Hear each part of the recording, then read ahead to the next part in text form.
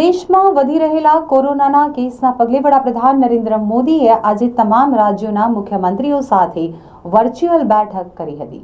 દેશમાં કોરોનાના કેસ સતત વધી રહ્યા છે ત્યારે વડાપ્રધાન નરેન્દ્ર મોદીએ બુધવારે રાજ્યના મુખ્યમંત્રીઓ સાથે વર્ચ્યુઅલ મીટિંગ કરી હતી।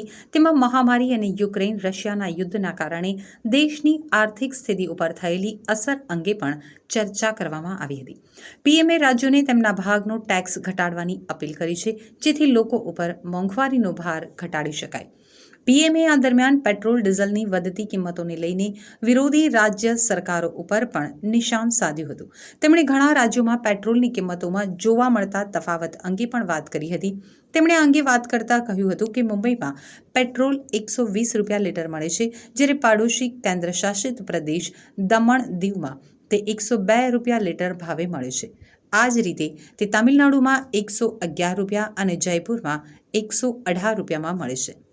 વધતા કોરોનાના કેસ ઉપર ચિંતા વ્યક્ત કરી વડાપ્રધાન નરેન્દ્ર મોદીએ કહ્યું હતું કે હું તમામ કોરોના વોરિયર્સની પ્રશંસા કરું છું, જેમણે અત્યાર સુધી પોતાનું કામ કર્યું છે। કેટલાક રાજ્યમાં કોરોનાના કેસ વધી રહ્યા છે। કોરોનાનો પડકાર હજી ટળ્યો નથી। સ્થિતિ ગંભીર થઈ શકે છે। છેલ્લા થોડા દિવસોમાં ઘણા દેશોમાં કેસ વધુ આવ્યા છે, જોકે અમે સ્થિતિને નિયંત્રણમાં રાખી છે। છેલ્લા 2 સપ્તાહમાં કેસ વધવાના પગલે તે વાતનો ખ્યાલ આવે છે કે આપણે સાવધાન રહેવું જોઈએ। આપણે અગાઉના મહિનાઓમાં આવેલી લહેરથી ઘણું જ શીખ્યા છીએ। છેલ્લા 2 વર્ષની અંદર દેશે હેલ્થ ઇન્ફ્રાસ્ટ્રક્ચરથી લઈને ઓક્સિજનમાં કામ કર્યું છે। દેશમાં ગત એક સપ્તાહથી સતત 2000 નવા દર્દીઓ નોંધાઈ રહ્યા છે। સૌથી વધુ ચિંતા રાજધાની દિલ્હીને લઈને છે। અહીં રોજ 1000થી વધુ કેસ મળી રહ્યા છે। દિલ્હીમાં છેલ્લા 24 કલાકમાં કોવિડના 1204 નવા કેસ નોંધાયા છે।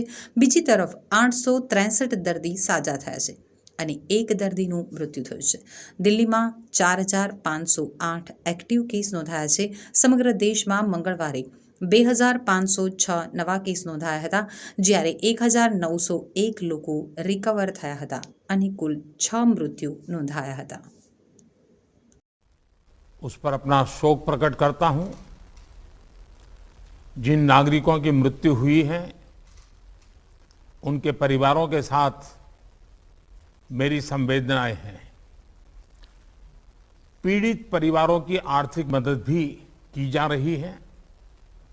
साथियों, बीते 2 वर्षों में कोरोना को लेकर ये हमारी 24वीं मीटिंग है। कोरोना काल में जिस तरह केंद्र और राज्यों ने मिलकर काम किया, उसने कोरोना के खिलाफ देश की लड़ाई में अहम भूमिका निभाई है। मैं सभी मुख्यमंत्रियों, राज्य सरकारों और अधिकारियों के साथ सभी कोरोना वॉरियर्स की प्रशंसा करता हूं। साथियों, कुछ राज्यों में से कोरोना के फिर से बढ़ते केसेस को लेकर हेल्थ सेक्रेटरी ने अभी हमारे सामने विस्तार में जानकारी रखी है। आदरणीय गृह मंत्री जी ने भी कई महत्वपूर्ण आयामों को हमारे सामने रखा है। साथ ही आप में से कई मुख्यमंत्री साथियों ने भी कई जरूरी बिंदुओं को सबके सामने प्रस्तुत किया है।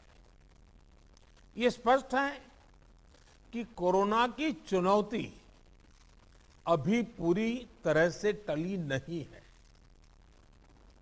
ओमिक्रॉन और उसके सब वेरिएंट्स किस तरह गंभीर परिस्थिति पैदा कर सकते हैं, ये यूरोप के देशों में हम देख रहे हैं। पिछले कुछ महीनों में कुछ देशों में इन सब वेरिएंट्स की वजह से कई सर्ज आए हैं।